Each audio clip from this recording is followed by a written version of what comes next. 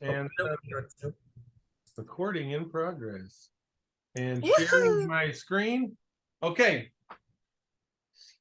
Next, wisdom's qualities. So in review, we've talked about how wisdom can be lost, how wisdom can be beneficial, and now we're going to talk about wisdom's qualities. Now, here's the way I want you to look at this. You're in a situation, and where's Ethan at?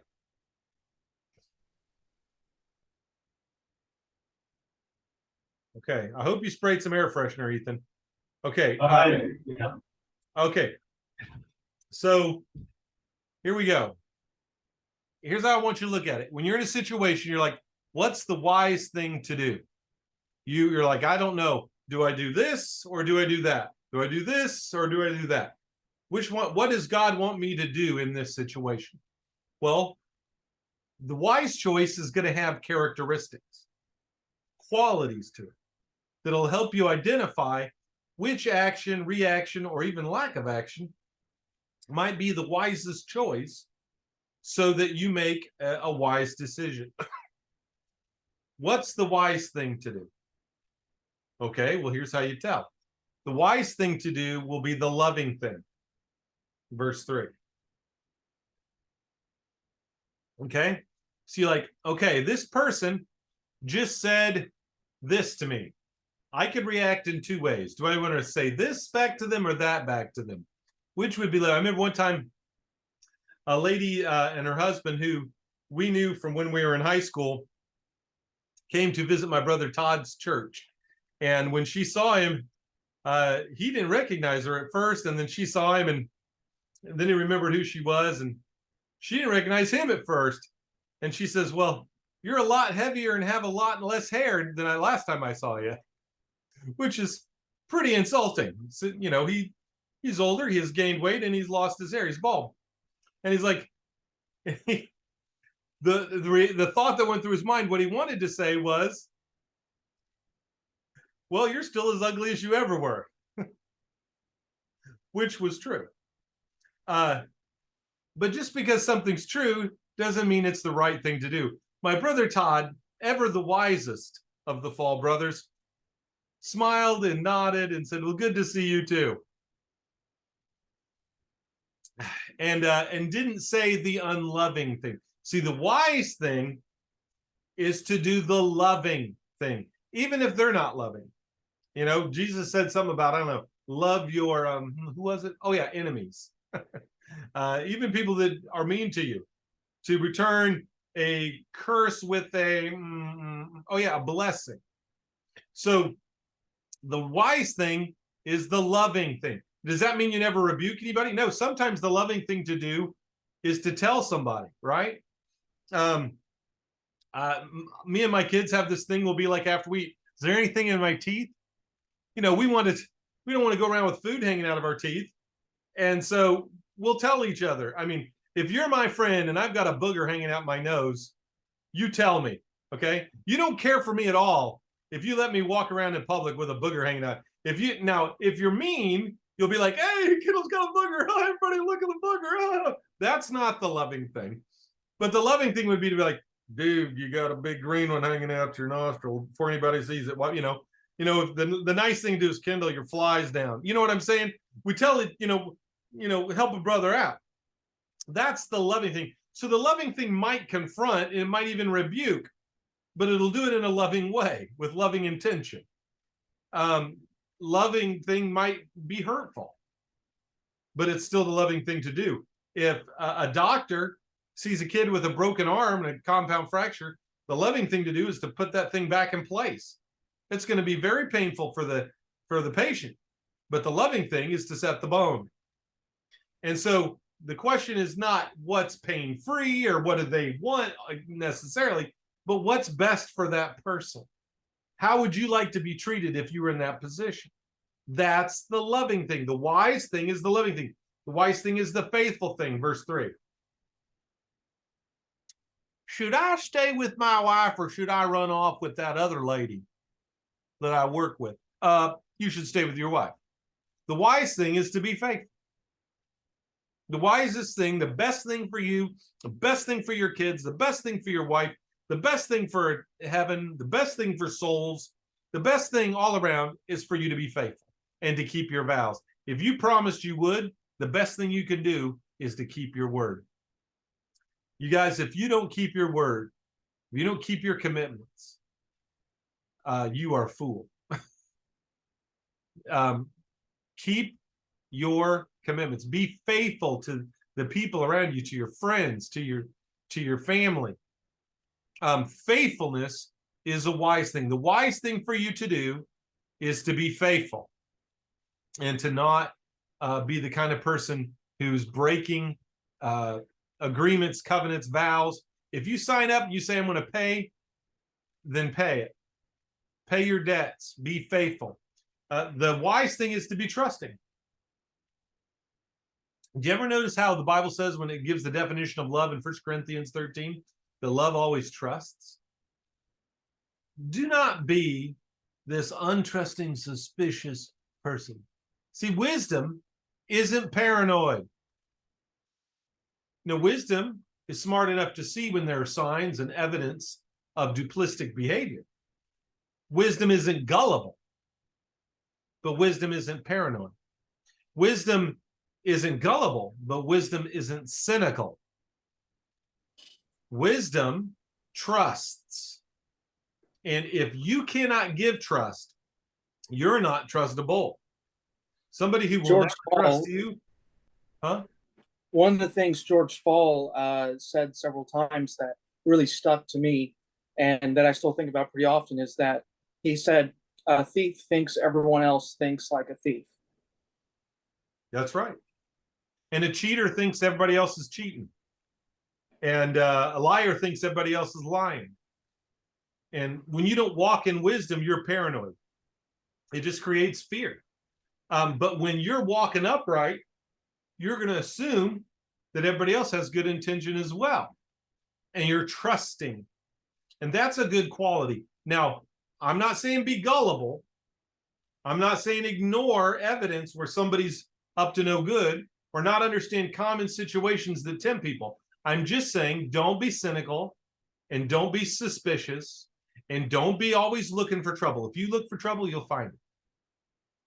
And if you're constantly, you got a girlfriend or a wife, you're constantly, why are you with him? Why are you talking to him? She's going to go do it eventually because trust is eroded. Trust is a two-way street. And if a couple doesn't got trust, they ain't got nothing. And even if she's trustworthy, if you won't give her trust, the trust is broken. Wisdom touches the heart. The wise thing is the thing that's that touches the heart. I said before, I firmly believe that God makes his appeal through facts, then he makes his appeal through logic, but it's not without emotion. I'll never forget some preacher when I was a kid at Hillsborough Family Camp got up and preached this sermon I did not agree with. He said, we ought to have worship music that moves the soul, not the body. And then he promptly got down and Schaefer got up there, running around the stage going, get all excited, go tell it. And everybody's like stomping their feet and clapping their hands. Like, you bunch of hypocrites.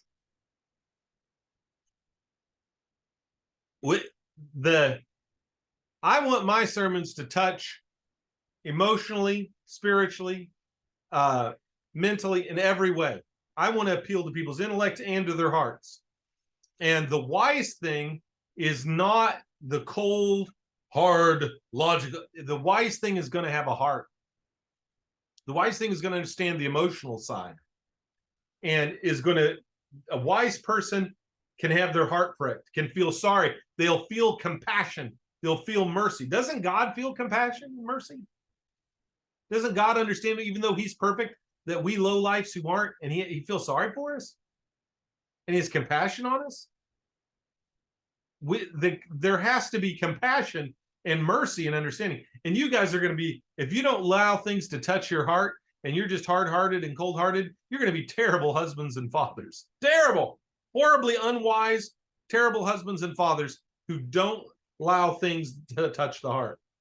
And if the kid, if they give you the eyes, it does nothing to you. Now you can't let that control.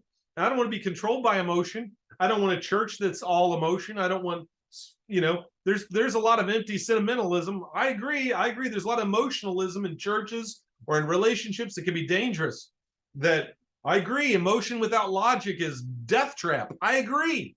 But I also agree that all mental things with no emotion are bad too.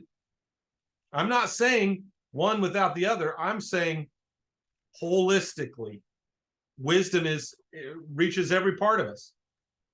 And that wisdom's qualities are divine, not human understanding. The wise thing is going to come from Scripture. Now, I'm not talking about one little verse pulled out of context to make a pretext for false doctrine. I'm talking wisdom is going to be based on a thorough, complete, foundational understanding of God's word, God's concepts, God's wisdom. Okay? That's what I mean. It's and look at verse 5. Somebody read verse 5 to us.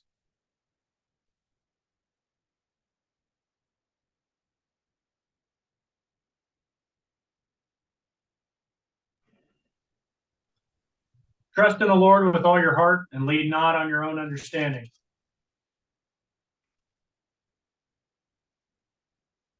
My understanding's wrong sometimes because I'm not God. Sometimes, to me, God's wisdom is totally counterintuitive. It goes against everything my flesh desires or thinks. We can't trust in ourselves. Can I give you the worst advice ever given? I'm going to give you the worst advice ever. Here it is. Just follow your heart. Worst advice ever. Never on earth has there been, well, Kendall, you just told us that wisdom touches the heart. Yeah, wisdom does touch the heart, but it doesn't let the heart lead it around like a lamb to slaughter. The heart is wicked and deceitful above all things. Who can know it? That your heart will lead you astray. Well, I remember one time I was in line on steak night when I was in Bible college, talking with a guy about capital punishment. And I explained what the Bible taught on capital punishment. He goes, well, I can see what you're saying there, and I don't really have a reply for it. I just know the God I believe in wouldn't allow capital punishment. Like, well, the God you believe in is made up then. Just because you gave him the name of the God of the Bible doesn't mean it's the same God. You just created an idol. You can take a piece of wood, carve it into a god, throw gold around it, fall down before it, and worship it. That's one form of idolatry. Another form of idolatry is to make up a fake plastic Jesus, throw his name on it, but it's got all your intentions and your thoughts and your beliefs. Fact is, I have to defer to God all the time because he and I don't agree. He's a little smarter than me, and I have to go with him. And when I don't, I pay for it. And we have to follow divine, not human understanding. If God's spoken on the issue, then that should be the source of our wisdom. What has God said about it? And wisdom's quality is like a straight path. It's not, if you're convoluted and you're having to do some sort of mental gymnastics to come up with your position, that's why I don't buy into Calvinism. That's why I don't buy into premillennialism. That's why I don't buy into a modern charismatic movement. I'm buying all that stuff because, man, you got to, if their theology was an 80s rock band, it'd be called Twisted Scripture.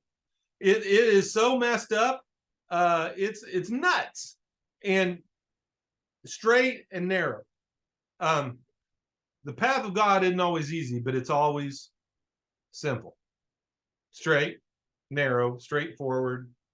God's words, the important things. Now, there's some complicated things that we can't understand about God and his word. Absolutely.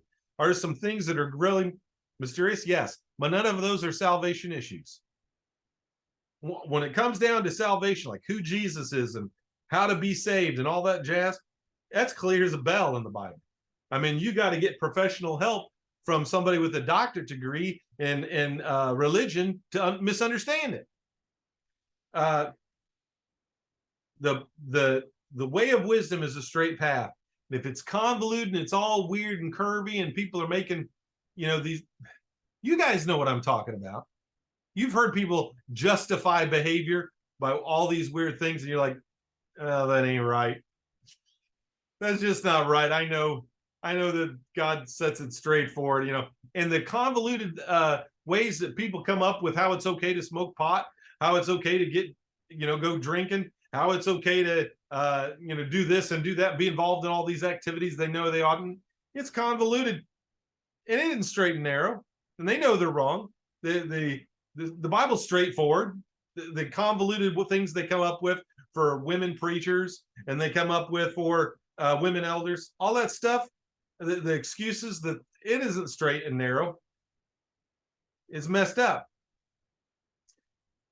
Next quality of wisdom is shuns evil. Okay? It pushes evil away. It doesn't go up to the edge of evil and flirt with evil, wink at her, blow her a kiss, and say, I can't come over. No, it shuns evil. It pushes evil away. The wise thing is not to see how close you can get to evil without being evil. The wise thing is to get as far away from evil as you possibly can. Wisdom shuns evil. And so when you're like, well, I don't know if I should do this or not. I mean, there's some parts of this are bad, that then get away from it. If you're in doubt, don't do it. Shun evil. Don't see how close you can get to sin without sinning. See how far away from sin you can get. Next quality is God of wisdom is it's the healthy thing. Look, if this is going to destroy your health, don't do it. That's it right off.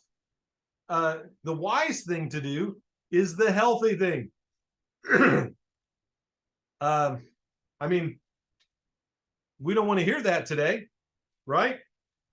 As we suck down our cheeseburgers and laze around watching TV all day and don't exercise and don't take care of ourselves.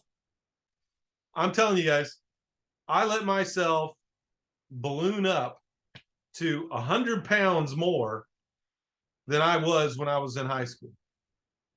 And I felt like just trash. I felt horrible. I didn't have energy. I didn't have motivation. I was lethargic. I was sluggish. My mind was clouded.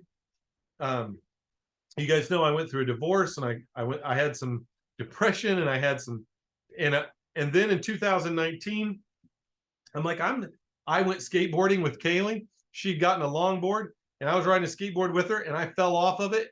And man, when you add 90 pounds to your weight and then you fall off a skateboard, ow, that hurt. And I'm like, and then I'm like huffing and puffing. I was like Lord Vader on a skateboard. And I'm like, I gotta do something. So I started going to the gym. I actually did CrossFit for a while, which I actually switched from CrossFit to just weightlifting because CrossFit was unhealthy. It was going to kill me because they worked me way too hard. They had me doing inverted push-ups, like you stand on your head I hurt my shoulder. I'm fat. I can't do that yet. They push you too far, too fast in CrossFit. But anyway, I lost like 50, 60 pounds. I felt way better. And I'm still on that health journey. I started eating healthier. I even tried cutting sugar totally out of my diet for a while. I realized that didn't actually do very much, but I did it for like a month. But I tried all kinds of things. I've tried vitamins and stuff. And I'm so glad that as I'm going through what I'm going through now with my health, that I wasn't like I was back then. I'm glad that my heart was stronger and healthier and ready, because this has been really hard on my old ticker. What if I hadn't gotten my heart in shape for 2 years? What if I'd had all that strain on my heart of being unable to breathe and my heart rate being high on Sunday, and my heart was not healthy? What if I hadn't got myself in shape? It could have killed me. And so you're going to feel way better and live way longer and be more productive in every aspect of your life. And not to mention, be more popular with the ladies. For those of you who are still looking for a wife, get healthy. Okay. Well, it's hard. It's a lot of work. I was like, I'm going to go. Yeah. Well, yeah, that's the wise thing is sometimes hard, but it's straightforward. Limit your calorie intake and work out. Eat healthy stuff. It's not that hard, but take care of your health. And some of you might be like, well, I'm thin. I'm good. That's what I used to think when I was 22. I could eat anything I want and do anything I want, and I was thin as a rail. Then 25 happened. And so if you think at a younger age is bad, wait till your metabolism slows even more. Okay, next, the wise thing is the generous thing. Should I help this person out or not? Do you got the money? Yeah, but I don't know. Help them. The wise thing is the generous thing. If you're not generous, you're a fool. The wise thing is to be generous. Plan out your generosity. Be a person who has extra to be generous. Instead of tearing down your barns and building bigger barns, be happy with the barns you got, fill them up, and when they're full, take that excess and fill somebody else's barn. The wise thing is the unresentful thing, verse 11. If you're resentful, if you're spiteful, unforgiving, you're not being wise. The wise thing is to not be resentful and hold a grudge. Life is too short, you guys, to hold on to something stupid somebody did. Because ultimately, there's nothing anybody can do that can take away your salvation. There's nothing that anybody can do that can take away what God has for you and what God's going to give you. If somebody came along and stole your girlfriend, they didn't take from you what was best for you. Because if that girl can be stolen, she wasn't the one for you. And I was married for like 17 years and lost my wife. And I could have sat around and been resentful and hateful, or I could say, you know what? God delivered me from somebody that didn't love me so that I can find somebody who will love me. You can sit and be resentful and bitter and, well, this people, they did this to me, whatever. If it happened to you and you're following God, it's going to turn out for your good. So you don't have to be resentful, and you don't have to worry about getting vengeance, because trust me, if somebody did you wrong, God's going to settle all that. See, there's no way that being resentful and unforgiving is wise. The wise thing to do is the unresentful thing, the gracious thing, the generous thing, the kind thing, the loving thing, the trusting thing, and the pleasant way. The pleasant thing. Don't be a jerk. Don't be harsh. Don't be mean. Don't be rude. Take the pleasant way, the pleasant path. The wise thing is to do the pleasant thing, the kind thing, the generous thing. It's a path of peace, verse 18. What's going to lead to peace? What's going to lead to, the Bible says in the New Testament, to do what leads to peace and mutual edification. Okay? So at your church, a lot of church gets caught up in the worship wars, right? Do we do the contemporary or do we do the traditional? Well, which we gonna do? You guys are going to be preachers. You're going to be dealing with these kind of things where one part of the church wants one thing, another part of the church wants another thing. Maybe the visitor and the guest are looking for something else. You say, okay, what is going to lead to everybody being edified and everybody being at peace? Well, that means you're not going to do a radical thing. You're going to do what leads to peace and mutual edification. So does that mean you're going to please just one group? No. You're going to look for what leads to peace and mutual edification, where you're bringing people together and you're meeting together. Do what leads to peace without compromising principle. So if what only thing will bring in peace is if you give them exactly their old hymns the way they've done them for 50 years, well, you can't do that for them. because there's other people that might want to worship another way, or there's guests you want to reach. So you do what leads to peace and mutual edification. That doesn't mean you do what leads to peace with just one group. It means you do what brings peace among all people. And I told my church, if we ever fight over music styles, I'll just quit doing music. That way we can have peace about it. We just won't have any. Because the Bible doesn't command me to have music in church on Sunday morning, so we just won't have any if we're going to fight over it. Do the thing that's creating and producing, verse 19. We are made in the image of God, and he's a creator and a producer. I can't tell you guys enough how important it is right now that you start producing sermons, that you start producing lessons, that you start producing material. The only way to become a good preacher is to preach. The only way to become a good singer is to sing. The only way to become a good musician is to play music. The only way to become a good basketball player is to practice. Start producing. Well, it's not that good. I know. I've got some recordings of music that I did when I was 16 that I'm embarrassed for anybody to hear. But because I did that, I built skills as I produced. So now that I have music I am proud of for people to hear. Produce. Start creating. Justify your existence. Fulfillment comes from productivity. Be productive. Don't say, well, when I get a church, I'll start writing sermons. When I get a ministry, then I'll start writing lessons.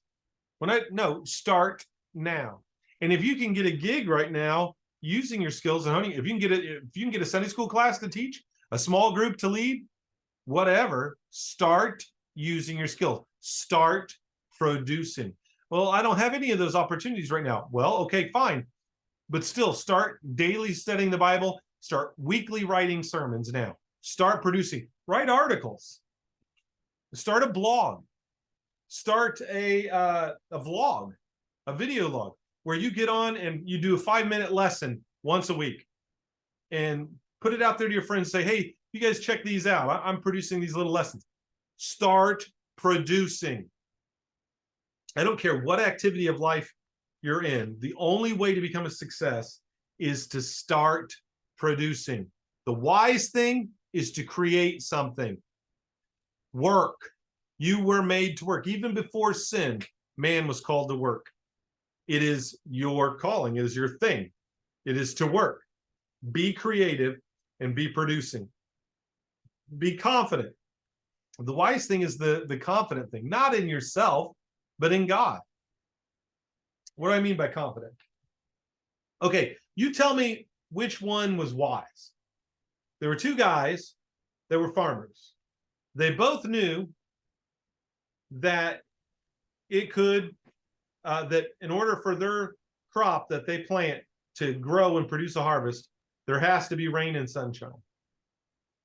They both also knew there could be a drought where there's not enough rain, or there could be floods where there's too much rain and not enough sunshine. One of them, however, plowed and planted, and the other one didn't. And when the good weather came, who had a harvest? The one who plowed and planted. The one who was confident. And when you're with God, you have to have confidence that he'll supply his end. You do your part, and he'll supply his. We plant in hope of God sending the right conditions. It is true that all our success depends on God, right? One man plants, another man harvests, but God makes it grow. God brings the increase. There's no doubt that there's part of success and blessing in life that's totally up to God, and you couldn't have it without him. Humble yourself and admit that. But don't have a false humility that acts like you don't have any responsibility. You have a responsibility to create. The door of opportunity in your life isn't open yet. But there's one person who's out there, he's writing songs, let's say a musician. One of them's writing songs, he's recording himself, he's honing his skills, he's playing in bands, he's playing for worship, he's playing around here, he's building a skill every day. The other guy has natural talent, maybe more than the first guy. but he didn't practice. He didn't produce anything. When the door of opportunity comes along, who's going to be ready to go? The guy who plowed and planted. He's the one who's ready for sunshine and rain.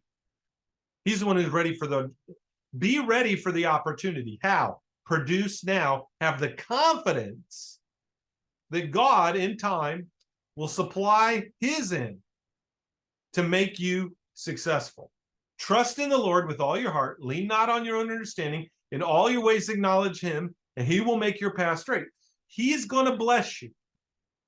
He's going to open the door. Have confidence. The trustworthy thing is the next wise thing you should do. Be trustworthy.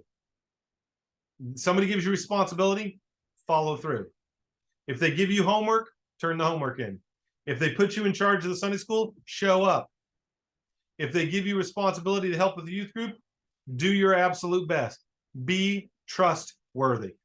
They'll be like, man, I asked them to do something. They didn't really come through. They didn't really follow through. Kind of let me down. One of the worst things is a lot of things in church and ministry and stuff are volunteer at first. And so a lot of people won't follow through with volunteer stuff. They'll be, well, I'm not getting paid. So that's the part. I'm getting paid for this over here at work. So I'm going to make that the priority, what's not paying me. And it's so dumb. So many people miss out on opportunities because they weren't trustworthy in situations they didn't see the value of. How many times has a person gotten a great opportunity because they were trustworthy with little? Jesus said, if you'll be faithful with a little, God will put you in charge of much.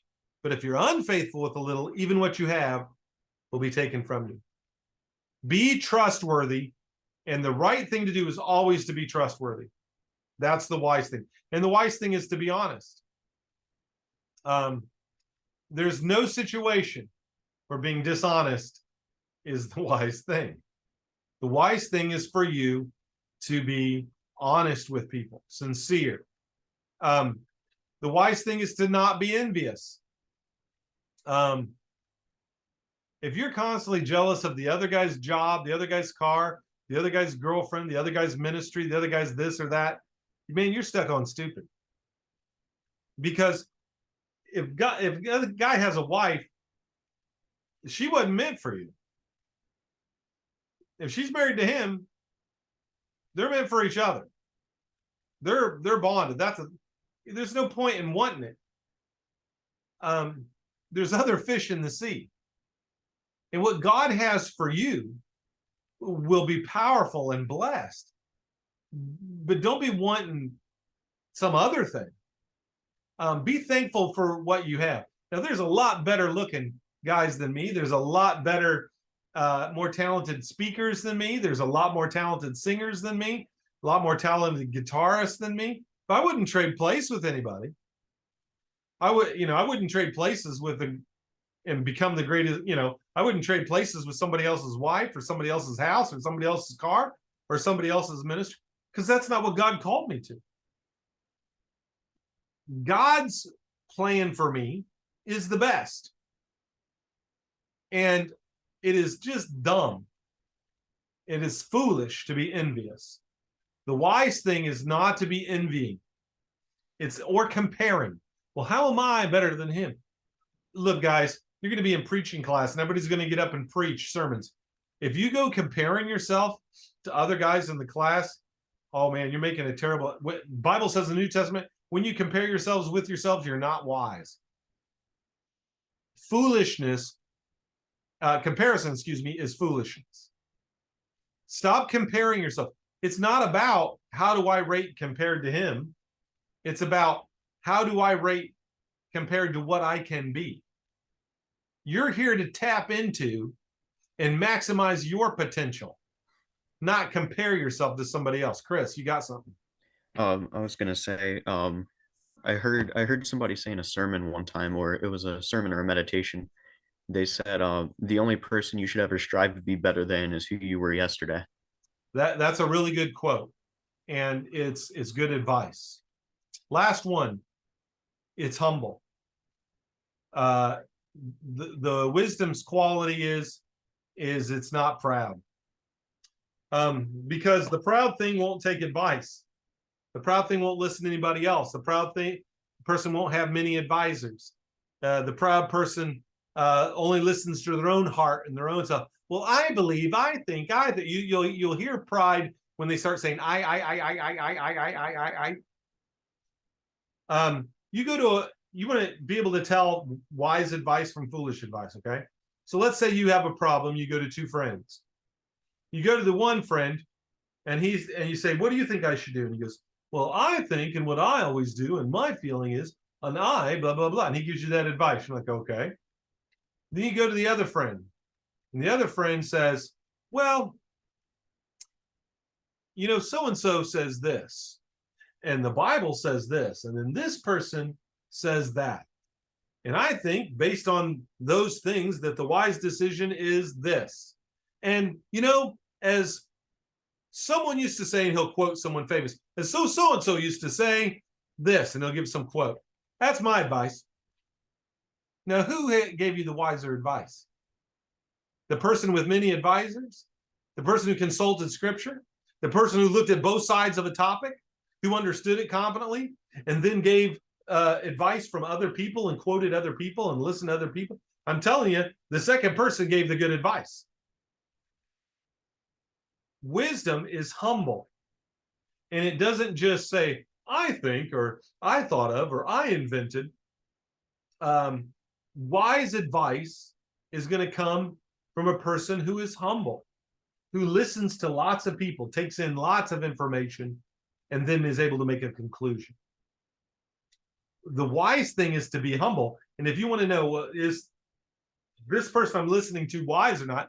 If they're not humble, they're not wise.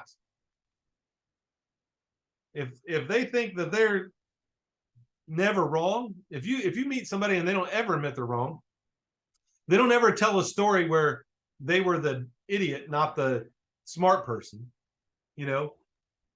where they weren't the hero of the story. No, they're not wise. Humility leads to wisdom, and the wise thing's humble. So what should I do? What's wise? Well, what's the loving thing? What's the faithful thing? What's the trusting thing? What touches the heart? What's divine and not human in its understanding? What's a straight path? What shuns evil? What's healthy? What's generous? What's unresentful? What's pleasant? What's peaceful? What creates and produces? What's confident? What's trustworthy? What's honest? What's not envious? And what's humble? That's the wise thing to do. Wisdom has qualities. Now, I want you to compare that to a scripture here real quick before we take our second break. Who is wise and understanding among you?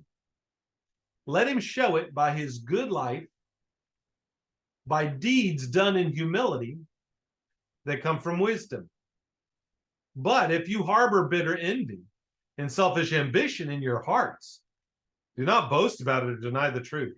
Such wisdom does not come down from heaven, but it's earthly, unspiritual, and of the devil. For where you have envy and selfish ambition, you'll find disorder and every evil practice. But the wisdom that comes from heaven is first of all pure, peace-loving, considerate, submissive, full of mercy and good fruit, impartial and sincere, peacemakers who sow in peace raise a harvest of righteousness. Now, do you see it all in that list of the qualities of wisdom? Similarity to these list of qualities of wisdom? Yes. Those are two very similar lists. And by the way, I'm going to refer to the book of James a lot in this class because the book of James is basically the Proverbs of the New Testament. It's the same sort of thing where it seems like a bunch of random stuff thrown together, and wisdom kind of literature, but the book of James is kind of Proverbs New Testament style. So some thoughts. What if we had love behind every action we did? Would we be wiser? What if we had faithfulness and never ever broke our covenants? Would the world be a better place? Would the world be a better place if everybody treated everybody with love? Would the world be a better place if everybody was faithful, nobody ever left their wife, no one ever cheated on their husband, no one ever cheated at work, no one ever cheated on their taxes? What if everybody was faithful? What if everybody had humility? Would the world be a better place? Would it be a wiser place if everybody would humble themselves? What if we had gratitude for hardship? What if we saw difficulty as discipline and we're thankful for it? What if we didn't despise the Lord's discipline because he's treating us as children? Would the world be a better place if everyone loved everyone, if everyone had faithfulness, if everyone was humble, and if everyone took hardship and allowed it to make them better and were grateful for it? I think the world would be a better place. We can't get everybody in the world to do that. We're not even responsible to. But we are responsible to do that for us, to make our corner of the world a better place. It is your responsibility to treat everyone with love. It is your responsibility to be faithful. It is your responsibility to be humble. And it is your responsibility to be grateful, even in hardship. Okay, we're going to take another 5-minute break, hopefully not quite as long a break this time, and then we will get started again. Yes. Okay, we are now recording, and I'm going to screen share. So if you all would turn in your Bibles to Proverbs Chapter 4. And I went out during the break to my truck and got my Bible. The reason I had you all read it earlier is because I'd accidentally left my Bible out in my truck. Okay. We're in Proverbs Chapter 4. If you would, read along with me here. Okay. Listen, my son, to a father's instruction. Pay attention and gain understanding. I give you sound learning, so do not forsake my teaching. When I was a boy in my father's house, still tender and only a child of my mother, he taught me and said, lay a hold of my words with all your heart and keep my commands and you will live. Get wisdom, get understanding. Do not forget my words or swerve from them. Now, before I keep going here, who's writing this book? Who's writing? Solomon. Solomon. So who's his daddy? David. King David. Boy. So he is quoting, this is Solomon telling you about when he was a wee lad living with his father David. All right, so here we go, verse 5.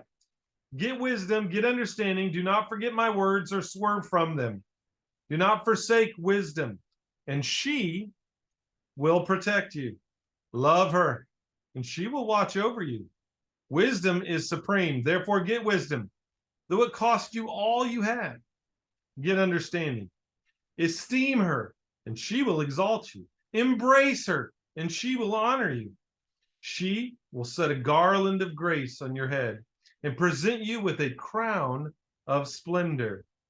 So the crown there is not a metal crown, a royal crown. The crown there is talking about the victory wreath that they would get. The crown, like laurel wreaths. This is saying you'll get, it's like saying you'll get a gold medal. Listen, my son, accept what I say, and the years of your life will be many. I will guide you in the way of wisdom and lead you along straight paths. Then when you walk, your steps will not be hampered. When you run, you will not stumble. Why do you want to be on the straight and narrow? Because when you walk your steps, you will not be hampered. When you run, you will not stumble. Hold on to instruction. Do not let it go. Guard it well, for it is your life. Do not set foot on the path of the wicked or walk in the way of evil men. Avoid it. Do not travel on it. Turn from it. Go on your way, for they cannot sleep till they do evil. They are robbed of slumber till they make someone fall. They eat the bread of wickedness and they drink the wine of violence. The path of the righteous is like the first gleam of dawn, shining ever brighter till the full light of day. But the way of the wicked is like deep darkness. They do not know what makes them stumble. My son, pay attention to what I say. Listen closely to my words. Do not let them out of your sight. Keep them within your heart, for they are life to those who find them, health to a man's whole body. Above all else, guard your heart, for it is the wellspring of life. Put away perversity from your mouth. Keep corrupt talk out of your lips. Let your eyes look straight ahead. Fix your great gaze directly before you. Make level paths for your feet. Take only the ways that are firm. Do not swerve to the right, nor to the left. Keep your foot from evil. All right. Chapter 4. Let's break it down. Wisdom's humble names. Wisdom has some other names that you might not know. One of wisdom's names is instruction. It says to get wisdom, and it says to get instruction. Nobody was ever wise who didn't accept instruction. Wisdom does not come to you naturally. Wisdom is not part of your operating system. You've got to download the program. You have to put it on your hard drive. Wisdom requires instruction. Unless you get instruction from others, you will not be wise. I think I've quoted to you last week. Maybe I didn't. If I didn't, I should have. Good old Spurgeon, who said, "He who never reads others will never be read, and he who never quotes others will never be quoted." Wisdom and a wise person is a person who adds to the knowledge instruction. The average person who graduates from college doesn't ever really read again. You go find somebody successful. I'm leading a company. These people are going to read on average 20 books a year. Some people thought my dad was super smart. Dad was average intelligence. He just worked harder than everybody else. Dad read and read and read and read and read. Your intelligence level will be at wisdom level, not intelligence level, but wisdom level will be in direct proportion to how much you read and how much instruction you receive. You have to have the input, and the input comes from instruction. I cannot be the husband I want to be unless I read about it and learn about it from others. I cannot be the father I want to be unless I read about it and learn about it regularly. I cannot be the Christian I want to be unless I'm reading about it. Unless I'm giving constant input, I cannot maintain wisdom, much less grow in it. To just maintain where I am takes input constantly. You have to get instruction. Get instruction. One of the other names of wisdom is instruction, because there wasn't anybody who ever got biblically wise, really wise. Now, worldly wisdom, sure, but earthly wisdom, sure, but heavenly wisdom, godly wisdom, no. Wisdom comes from instruction, and it comes from teaching. Don't ever stop being a student. Graduate, get your degree, awesome, but don't ever stop learning. You're going to be reading books on religion and on God and on the Bible for the rest of your life. You're going to be reading books on success, on organization, on leadership, on public speaking skills for the rest of your life. You're never going to stop growing. You're never going to stop reading commentaries. You're never going to stop reading on how to be a better public speaker. You're never going to stop reading on leadership principles. You're never going to stop educating yourself. Right now is the start of your education, but in 2 or 3 years is not the end. In order to be wise, instruction and teaching have to be maintained. Also, understanding. You have to understand the material. You have to understand and gain understanding based on those things. You have to be able to know the facts. How many people make poor decisions because they didn't have all the facts? Have you ever been in a situation where somebody doesn't tell you the whole story? So you make a decision and you find out later the rest of the story. You're like, well, I wouldn't have done that if you'd have told me. That's why you need to investigate and get all the facts, because you cannot have a proper understanding of the circumstance till you see all of the facts. And that requires investigation. That requires looking. It requires asking questions. Nobody ever got wise without asking questions. If you don't ever ask any questions, you don't ever think, wow, and you don't ask, well, you're just keeping yourself in the dark. You have to gain understanding. Also, commands. If you will not obey commands, you cannot be wise and you cannot gain understanding. Wisdom obeys commands. God gives, once you understand there is a God and he is who he claims to be, that's enough information right there that he's got that you should be obeying his commands, even if you don't have the wisdom to understand why he gave the commands. Right? You'd obey his commands. In the Old Testament, when you went into the presence of a person with leprosy, you were supposed to put a veil over your face. Now, we didn't come to understand what germs were and all of that until the 1880s, 1890s, when we invented the microscope. They didn't know what that was about. All they knew is God said, when you go in the presence of a person with that's sick like that, you got to put a veil over your face. Now, the person who didn't obey commands of God, so what? That's a stupid command. It's hot. I'm in the Middle East. I don't want to wear a veil. I hate masks. I'm anti-mask. And you refuse to put the mask on, and you go into the presence of the person. You got sick. The person put on the veil. They didn't know why. All they knew is what God said to do. They didn't get sick. They didn't get the leprosy. So sometimes the wise thing is just to obey commands, because God doesn't give all the whys of all his commands. Sometimes he gives a command, doesn't tell why. Or he does tell why, but it takes a while before you define it or understand it. But wisdom seeks instruction and teaching and understanding, but it also obeys commands from authority, even if it doesn't always understand. And wisdom is healthy. Wisdom is good for your life and for your health. And so one of the other names for a wise lifestyle is a healthy lifestyle, because it preserves your life. And the other name is level path. See, it compares the way of wisdom to a level path. Why? Well, I pointed it out as we read through it, so that things go easy. You see, when you live an unwise life, there's going to be in your path all these obstacles and things that you don't see that'll make you trip. If you clear the path and get it flat and straight, and you, through acting wise, you've removed obstacles. When you live according to wisdom, you're able to run without running into obstacles. You're able to see, and you're not in the darkness. It's like the brightness of dawn. You're going for a morning run when you follow the path of wisdom. And it's a level path. It's not all uneven. It's not all dangerous. You're not going to put your foot in a hole and twist your ankle. It's a level path. And so wisdom has some other names, and there they are.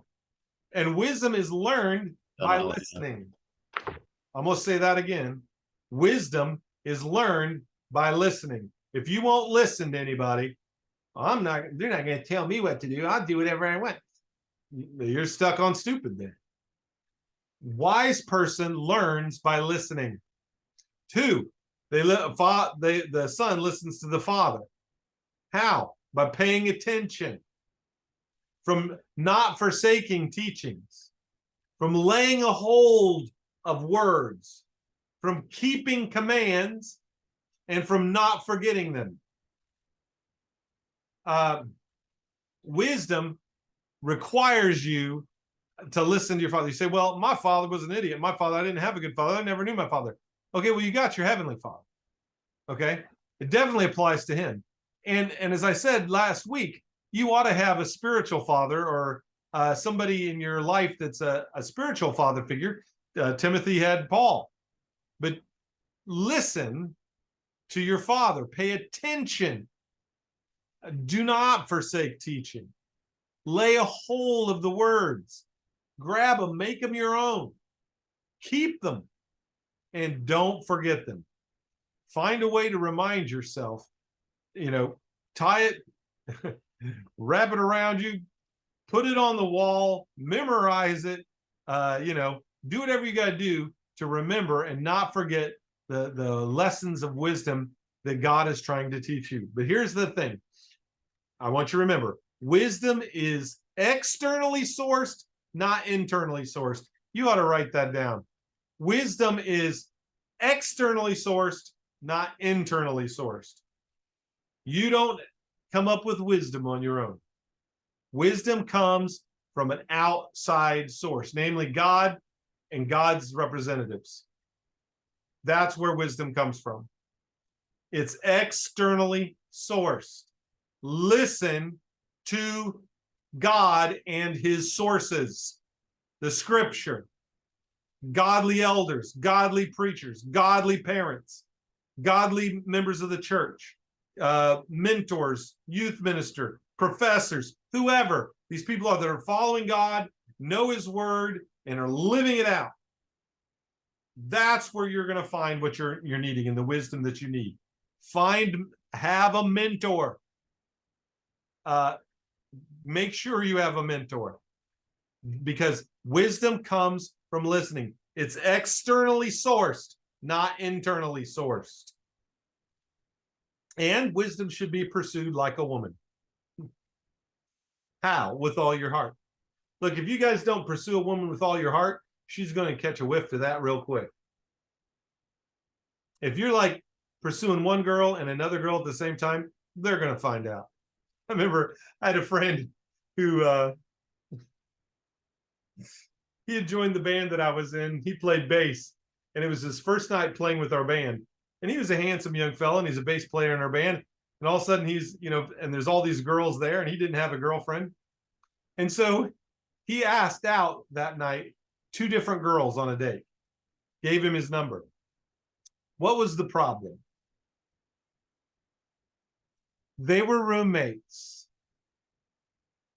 And they both went back home and excitedly shared with each other how the bass player asked them out. Dum, dum, dum. Classic. Pick one, okay? Can I give you guys, when it comes to dating, one at a time, please. And when it comes to wisdom, you've got to pursue it like a woman. You can't pursue foolishness and wisdom at the same time.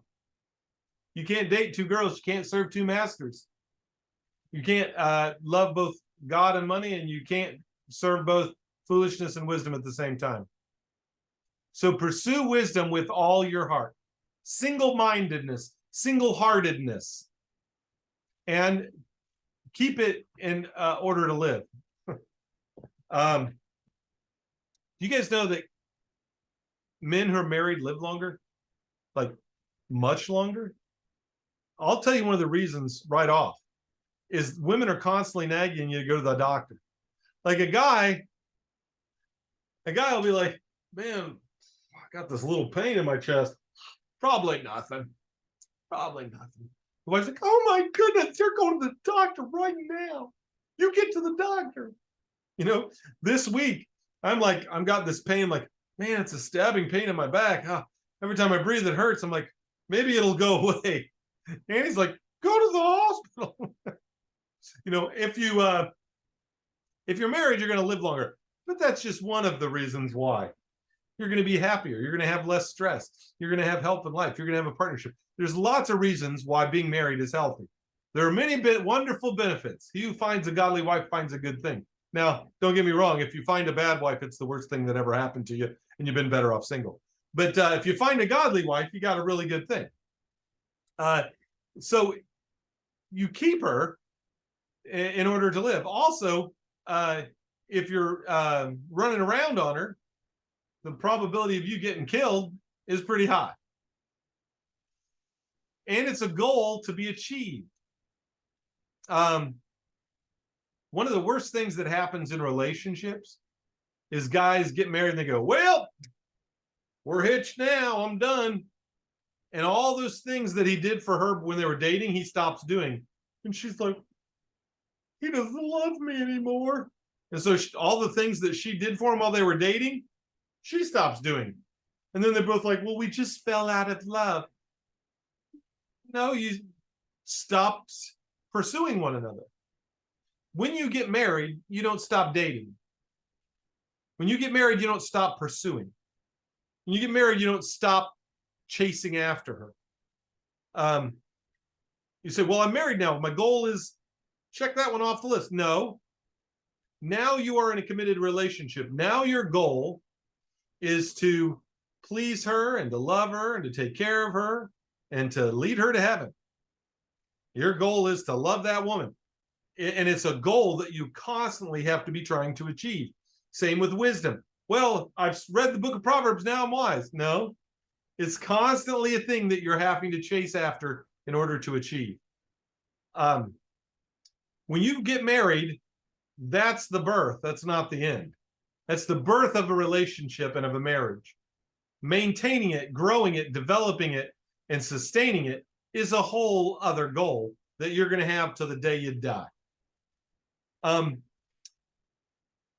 Not forsaken like a wife. You can't cheat on her. You can't cheat on wisdom. If you cheat on wisdom, she'll leave you. She's not going to sit around the house while you run off with foolishness. She'll split. She'll take the kids and go. Can't cheat on wisdom. Wisdom is to be pursued like a woman, and no matter what the cost. I'd give anything for Annie. There's nothing I would lay down my life for her. I'm guessing that the married men that are in our class, both would say, I think there's two of you, would say, I would die for my wife. When you're married, I don't know how other husbands are, but there's nothing I would, she's the pearl of great price. And every wife needs to be a pearl of great price. That she's so valuable to you that you're willing to sacrifice for her. And it's not an obligation. It's not a burden. It's a joy.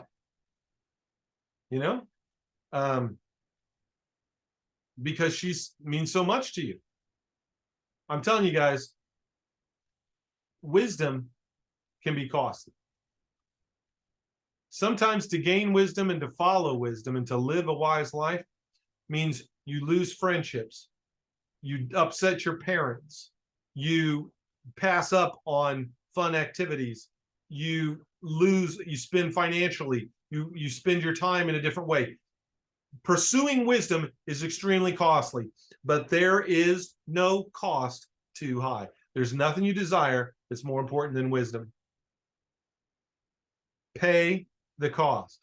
It's worth it. I don't care what it costs you relationally, emotionally, financially, physically. I don't care the cost.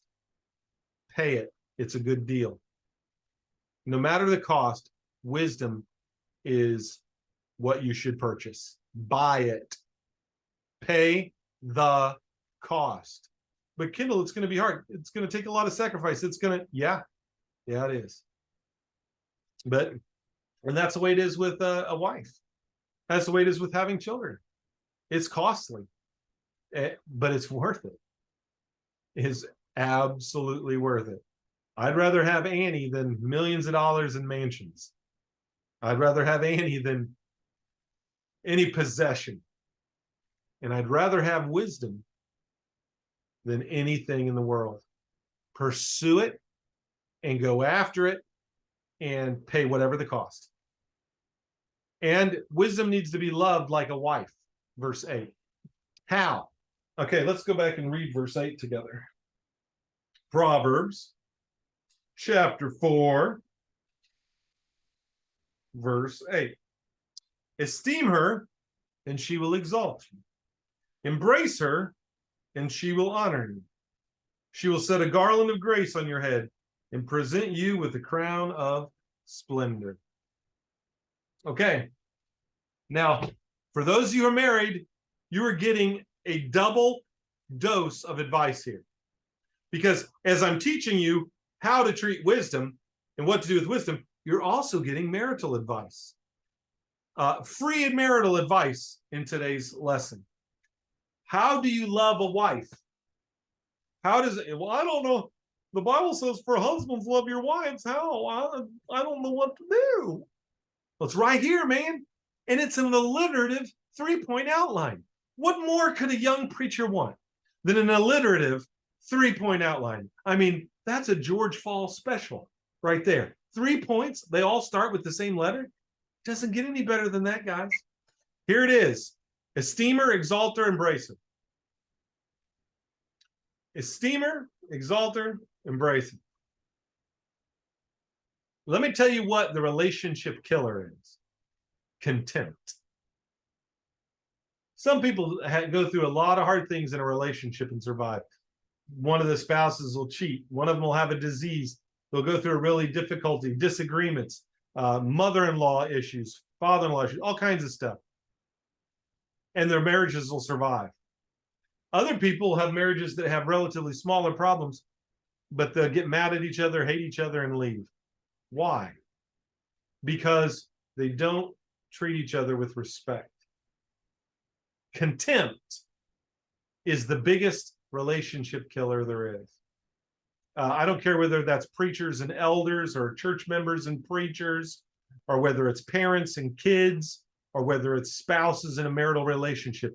Contempt, a lack of esteeming the value of the other person, is what destroys relationships. Absolutely destructive and corrosive. If you treat the elders in your church with contempt, if you treat members of your church with contempt, if you treat your parents with contempt, if you treat your best friend, your spouse, or whoever with contempt, you are going to destroy a relationship. Esteem her, value her. Well, that's the same thing you got to do for wisdom. If you want to pursue wisdom and and receive wisdom, keep wisdom, you have to value it. If you don't value the wisdom of God that's found in Scripture, that's externally sourced from God's word and God's people, then there's nothing I could do for you. Because what you will not value, you will not love, you will not sacrifice for, you will not cherish. The problem is people become resentful. Oh, my old lady, my wife, the old ball and chain, and then they wonder why she doesn't respect them. They wonder why she doesn't have a physical attraction for them, doesn't want to have sex. They wonder why she doesn't treat her the way they used to. They wonder why she has contempt, because they don't esteem her, they don't value her. A woman wants to be cherished and esteemed. That's what love is to a woman. And she wants to be exalted. You need to praise her. You need to praise a woman. And baby, you look beautiful. Baby, you're so sweet. Baby, you're so awesome. I love you so much. You're the best. You got to exalt her. Praise her. Tell her how much she means to you. You know, go to a guy. Hey, why don't you ever tell your wife you love her? Well, I've told her the day we got married, and it's been 30 years, hasn't changed. If it ever changes, I'll let her know. Are you that dumb? Maybe as a guy, you don't have the emotional need to be told and praised, but your wife does. Esteem her, show her that you value her, exalt her with words. Your mouth should be praising your wife, and embrace her. Physical touch. Hold her. Meet her physical needs in that way. That's how you love your wife. You esteem her, you exalt her with your mouth, and you embrace her with your arms. So what do you do for wisdom? You esteem it. You value wisdom. You praise wisdom. You talk about wisdom. You quote wisdom. It's on your lips.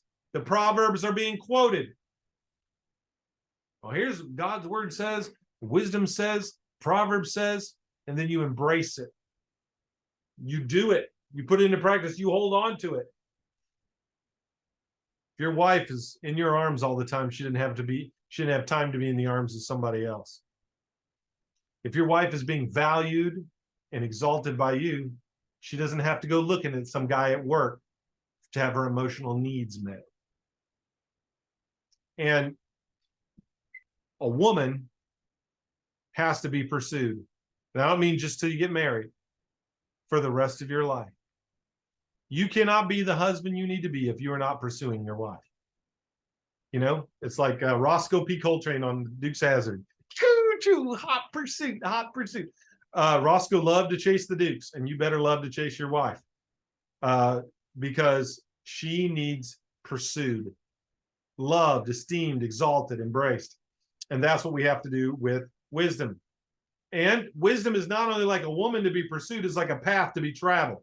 Okay, so it's making, the poetry is always making comparisons. Okay, poetic language loves to use comparison.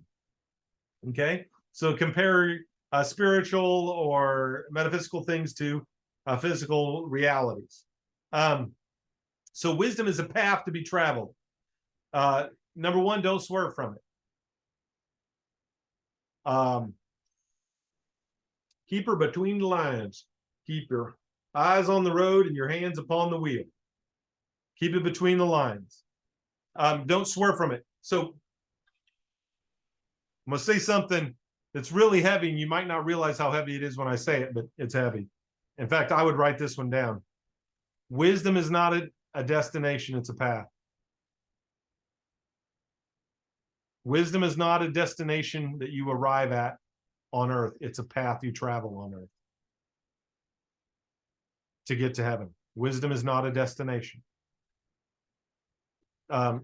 Get on the highway of wisdom and don't take the exit.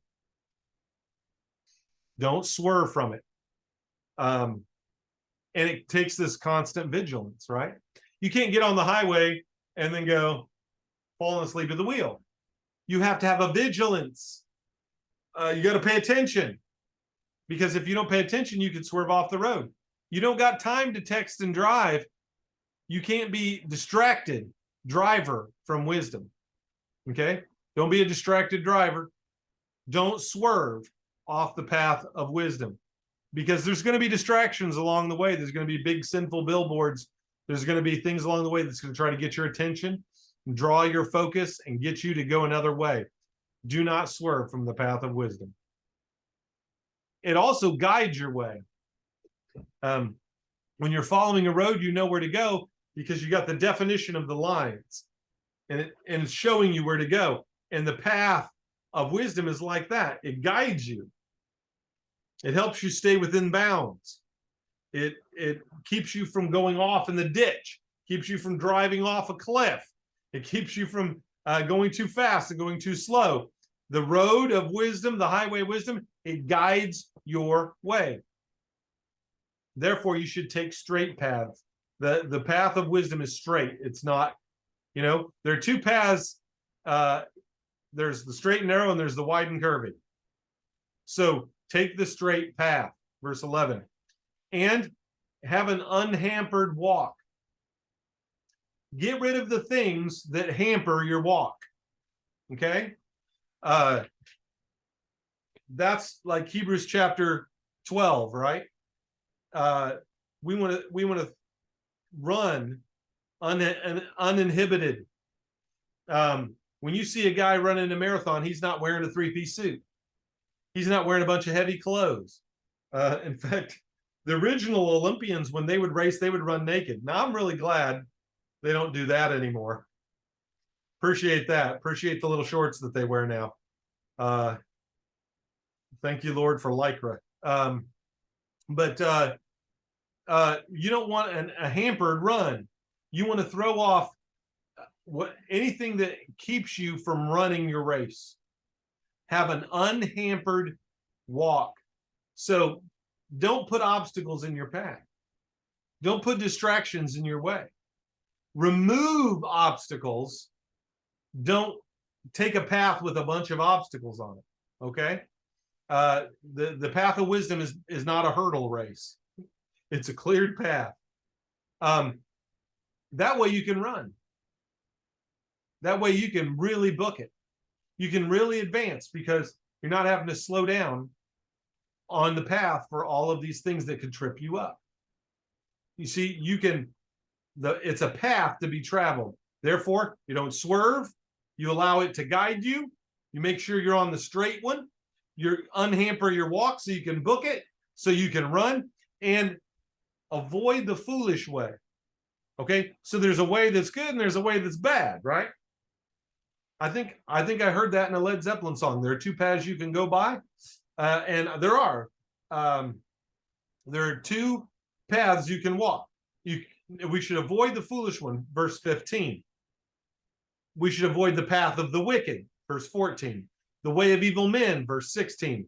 The deep darkness, verse 19. The way of stumbling, verse 19.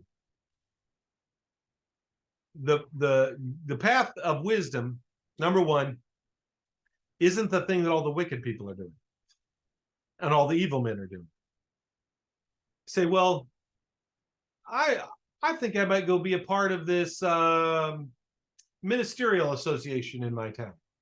Now, there's a couple guys in it from some false teaching and some bad churches, and the one guy's a con artist, and the other guy's a false teacher, and the other guy, he's a Jehovah's Witness. They're not good at all, but I think I'll go to this ministerial. No. What are you hanging out with them for? What are you walking their path for? Who you walk with determines where you end up. You're not going the same way as them. Avoid the path of the wicked. You see somebody who was running along and fell into sin and into wicked, don't take their path. You see a guy went down an evil, don't take that path. If somebody went down and they fell in a pit, that's not the one you want to go down. That's not your path. Avoid. There's some people you should avoid. Some people you shouldn't be hanging out with. You be real careful who you hang out with, who you break bread with, who you watch movies with and make some friends, play golf with, who you hang out with. You be real careful. You avoid the path of the wicked and the evil. And if a way is darkness, I don't know whether this is right or not. Avoid it. If it's dark, then you can't see what could trip you up and you can stumble. Avoid the way of darkness. The way of God, the way of path, it's bright as dawn, remember? It's clear. The way of God is not questionable. Should I be doing this? This doesn't feel right. This doesn't look right. I'm not sure. Is there a danger in this? If you're not sure, don't take that path. I mean,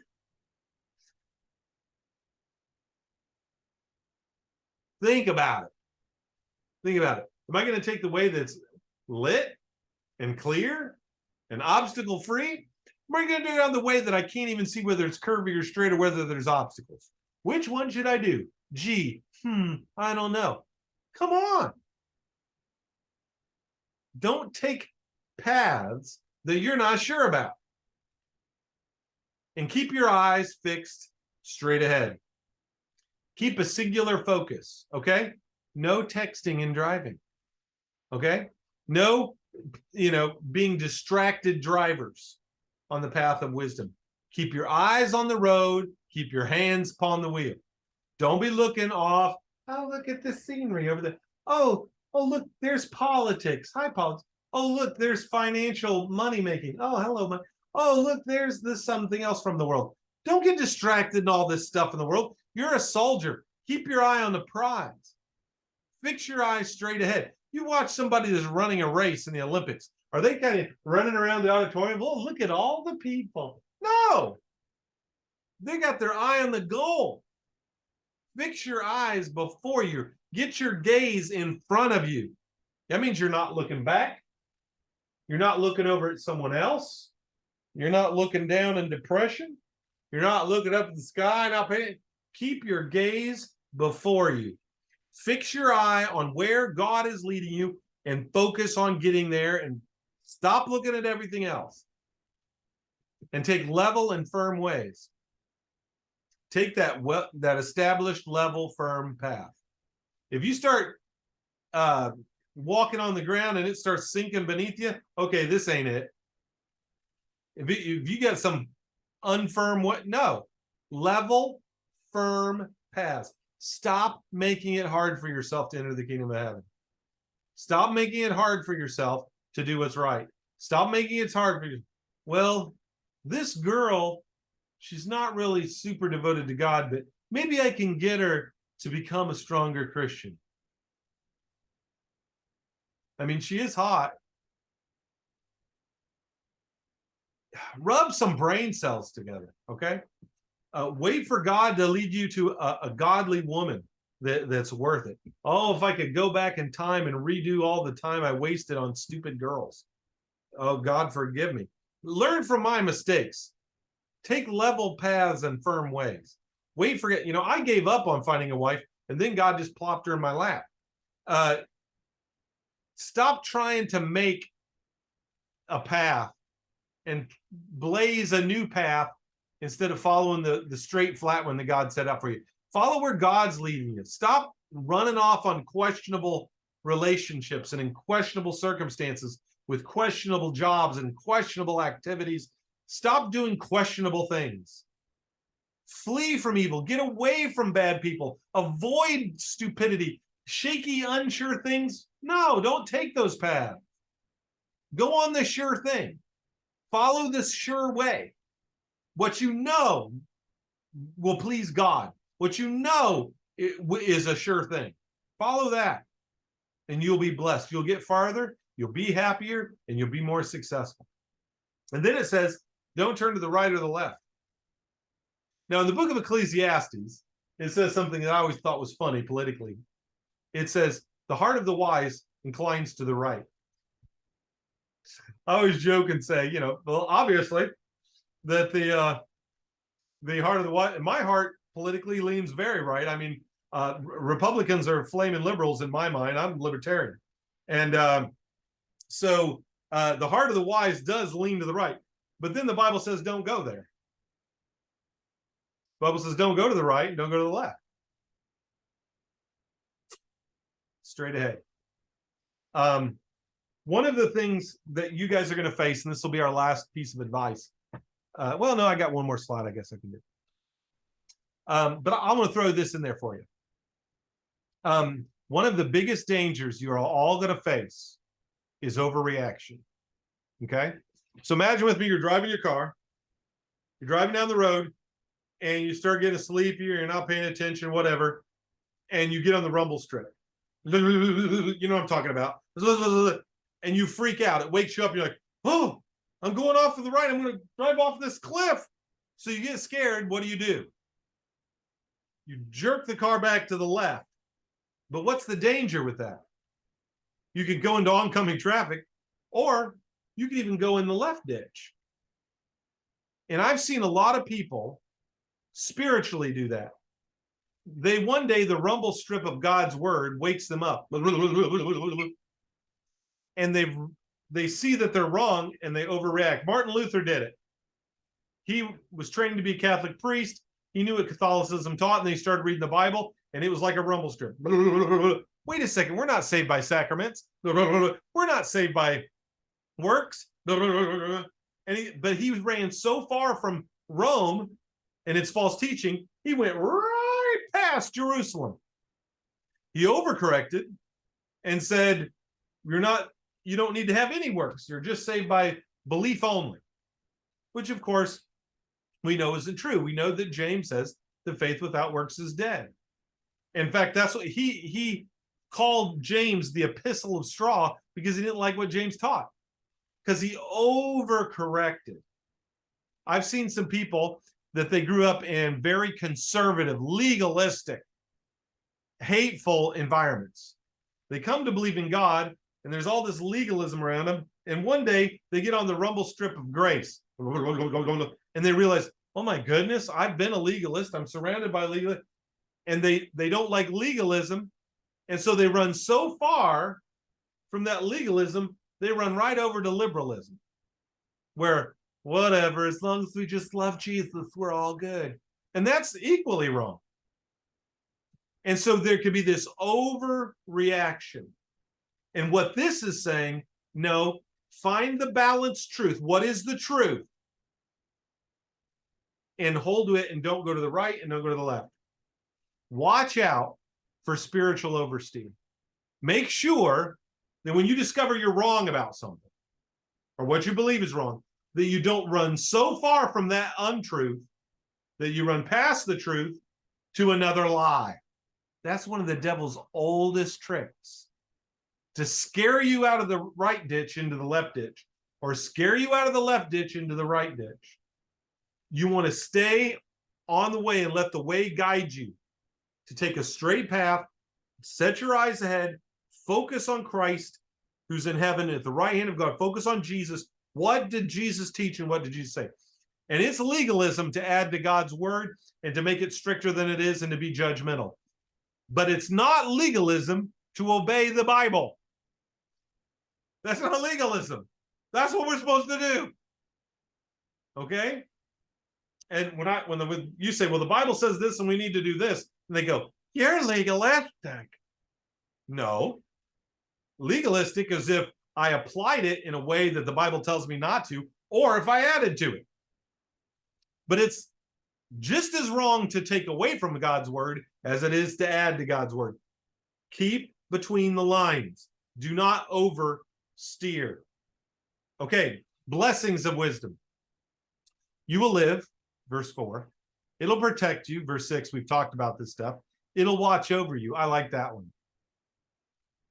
You know, guys, if you get a good wife, she will have your back. She will watch over you. You're going to come home and she's going to make sure you take care of yourself. She's going to take care of you. She's going to watch over you. She's going to serve you.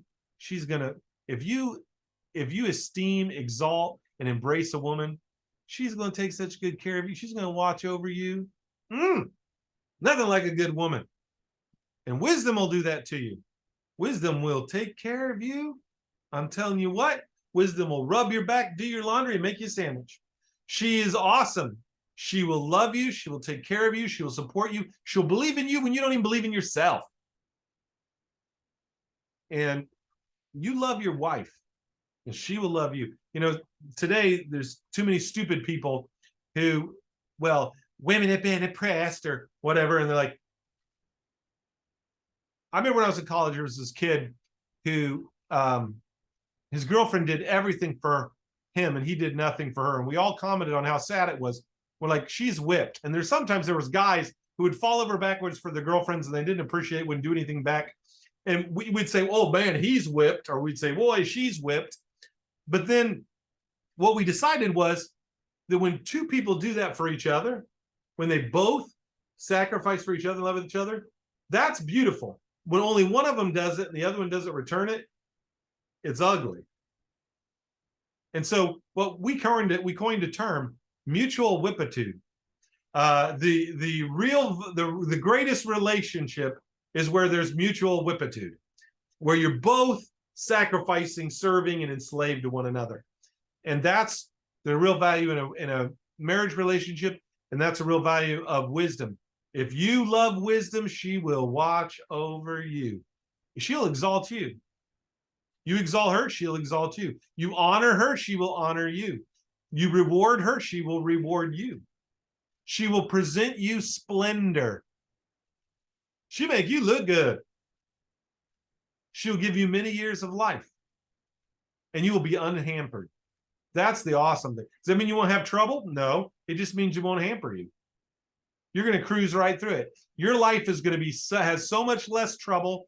And when you do, you're going to be able to handle it so much better because of wisdom. You won't stumble. A person without wisdom, they don't even know why they're stumbling. I don't know why I fell. I don't know what happened. I just, I don't know why I lost my job. I don't know why I lost my wife. I don't know why my kids don't love me. I don't know why I have all these health problems. I don't know why. What happened? Because you were dumb. Because you were foolish. Because you were selfish. You didn't follow wisdom. God told you what to do. You didn't do it. You won't stumble if you follow the way of wisdom. It'll give you light. You will start to understand not only what to do, but why. That's awesome. When you get to a level of wisdom, not only here's why I shouldn't sleep around, and here's why. I shouldn't steal, and here's why. I shouldn't get drunk, and here's why. You start to understand. You start walking in the light. I should be generous. I should be forgiving. I should be gracious. I should be merciful. Why? You'll understand when you start walking in the light. And it gets brighter and brighter, the passage said. Like the dawn gets brighter and brighter. So you got full illumination. And it'll give health to your whole body. It's healthy for every part of you to follow after wisdom. And here's the kicker. It'll keep you from evil. Wisdom will keep you from evil in two ways. Number one, they'll help you see what's good and evil and avoid the evil. Number two, when you become wise, you get so busy doing good, you ain't got no time for evil. When a man is loving his wife and treating her right and devoted to her and loving her, she's satisfying him, he's satisfying her. He didn't have any interest, need, or time for some other woman. So what's the fate of the foolish, according to this chapter? Verse 16, they lack sleep. They hurt others. They're constantly lusting for evil. They're violent. They walk in darkness. And they have perverse talk. The fate of a foolish person is to not get a good night's rest, ever. The fate of a foolish person is to constantly be hurting the people around them that they care about. The fate of the foolish is to constantly have a lust for evil. They're in a trap. The poor alcoholic can't quit drinking. The poor porn addict can't quit looking at porn. The poor thief can't quit stealing, and the liar can't quit lying. It wraps them up, and it's an addiction. It takes over. Their lust for evil controls them. They're slaves, and they become violent. The righteous person is going to say, how can we preserve life? A girl comes to the righteous person and says, I got pregnant out of wedlock. What do I do? He's going to look for a solution that preserves life. Well, what can we do to where you aren't burdened with this child that you're not ready to have, but the child, this life is still spared? Well, let's think about adoption. Let's adopt this child out to somebody, and you can move on with your life. That's the solution of a righteous person. A wicked person's like, kill him, kill the baby. Their solution is always violence. What'd you say, man? Bring it on. Come on, let's fucking on. Violence is the solution of the fool. And they're darkness. They can't see right from wrong, good from bad, up from down. They don't know what they believe, and their beliefs are constantly changing. They're just wandering around in the dark. And their talk is always perverse because their heart's perverse. And out of the overflow of the heart, the mouth speaks. So what did we learn in this chapter? Wisdom is externally sourced, not internally. It comes from listening to the wise and being held to truth, not from personal talent, personal desire, or personal insight. It's not your clever insight that makes you wise. It's learning from others. Wisdom is externally sourced. Wisdom is for those who desire it, pursue it like a woman. Just as you can't commit to protect, love, and cherish, or be faithful to and hold till death. You've got to commit to wisdom. You got to protect, love, cherish, be faithful, and for as long as you both shall live. Wisdom is a marriage. Marry wisdom. And there are two paths. There's a straight one and a narrow one, a wide one and a curvy one, a light one and a dark one. And in life, don't lean to the left and don't lean to the right. Stay on the straight and narrow. Okay, so we covered chapter 3 and chapter 4. Next week, we will pick up at chapter 5. Does anybody have any comments or questions before we say a prayer and split?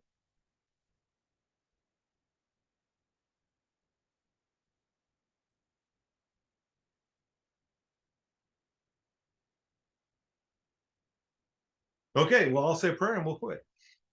God, thank you for your love. Thank you for wisdom. I pray that we would find that external source in your word and in your wise people, and that we would learn from our fathers and from our father figures, that we would pursue wisdom like a woman, that we would walk wisdom like a path, that we would realize that it comes from others and that it has to be walked like a path. It's not a destination. It's a way of life. It's a path that we walk. It's like a relationship with a woman that has to be sought and maintained. And I pray, Father, that these young men who want to go into ministry, who want to do ministry with their life, that you would work on them and sustain them and develop them in the path of wisdom. I pray, God, that you would forgive us where we have swerved to the left or the right. And I pray, God, as we repent and we straighten out and get back on track, that we wouldn't oversteer and go too far the other way, but that we would follow after you, that we'd set our gaze before us, that we would remove every distraction, that we would remove every obstacle, and walk the straight and narrow way of wisdom that you have called us to.